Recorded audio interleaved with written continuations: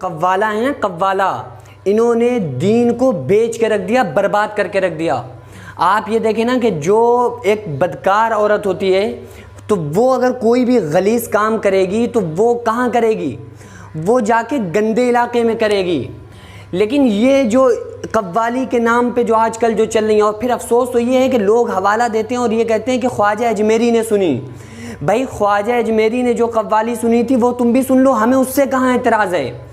ہمیں قوالی ہے کیا؟ قوالی ہے پیارے آقا صلی اللہ علیہ وسلم کی نعت۔ لیکن یہ جو عورتیں جو قوالی گا رہی ہیں اور پھر یہ اپنے حسن کے ذریعے سے لوگوں کو ایکٹیو کر رہی ہیں، لوگوں کو اپنی طرف اٹریکٹ کر رہی ہیں، اور یہ صرف اور صرف اپنے حسن دکھا کے، اپنی خوبصورتی دکھا کے، اپنا لپسٹک پاؤڈر دکھا کے لوگوں کو اپنی طرف متاثر کر رہی ہیں، تو یہ قوالی کا لیول لگا کے زنا ہو رہا ہے۔ بھئی آپ صلی اللہ علیہ وسلم نے فرمایا زنا العینین نظر، دونوں آنکھوں کا زنا کیا ہے؟ نامحرم کی طرف دیکھنا، آنکھوں سے دیکھنا یہ آنکھ کا زنا ہے۔ تو یہ جو قوالہ بیٹھ کے اسٹیج کے اوپر جو دکھا رہی ہے، اپنا چہرہ دکھا رہی ہے، تھوپڑا دکھا رہی ہے، اور اپنی لپسٹک پاؤڈر اور کریم اور خوشبو، یہ جو ان چیزوں سے جو آپ کو متاثر کر رہی ہے، تو یہ آپ کا دیکھنا کیا ہے؟ زنا ہے کہ نہیں ہے؟ تو یہ صرف لیول لگا ہوا ہے نبی کی نعت کا، قوالی کا، لیکن یہ صرف اور صرف اپنی طرف مائل کرتی ہیں، اور یہ اپنی طرف تمہارے رجحان کو بڑھانے کے لیے کتنے خوبصورت خوبصورت کریم اور پاؤڈر یہ کر کے آتی ہیں۔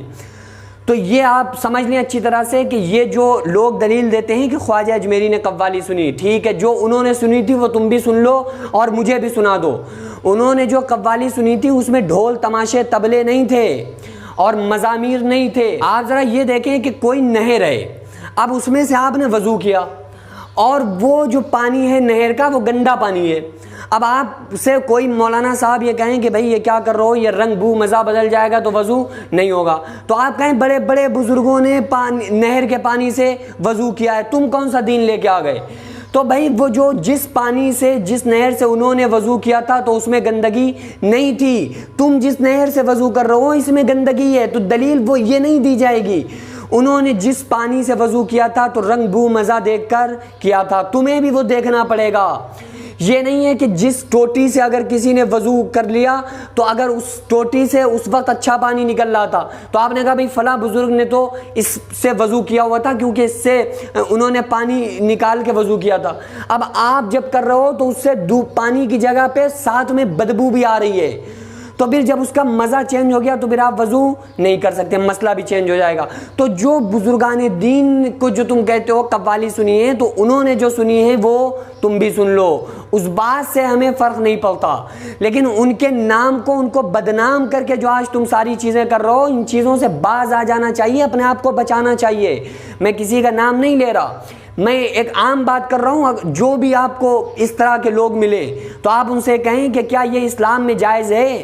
کیا یہ جس طریقے سے تم اسلام پیش کر رہے ہو، کیا اسی کا نام اسلام ہے؟ کسی بزرگان دین نے انہی طریقوں سے، بھائی جو محفلیں سما ہوتی تھی نا بزرگان دین کے دور میں، تو ان کے ہاں یہ شرائط میں سے ایک شرط یہ بھی تھی کہ کوئی نابالغ بچہ بھی ان کی محفل میں نہ آ جائے، جو چھوٹا بچہ ہو نا، خوبصورت لگے دیکھنے میں، تو وہ بھی محفل میں آنا اس کے لیے وہ بھی منع تھا۔ یہ شرائط میں سے ان کے تھا کہ وہ بچہ نہ آئے محفل میں۔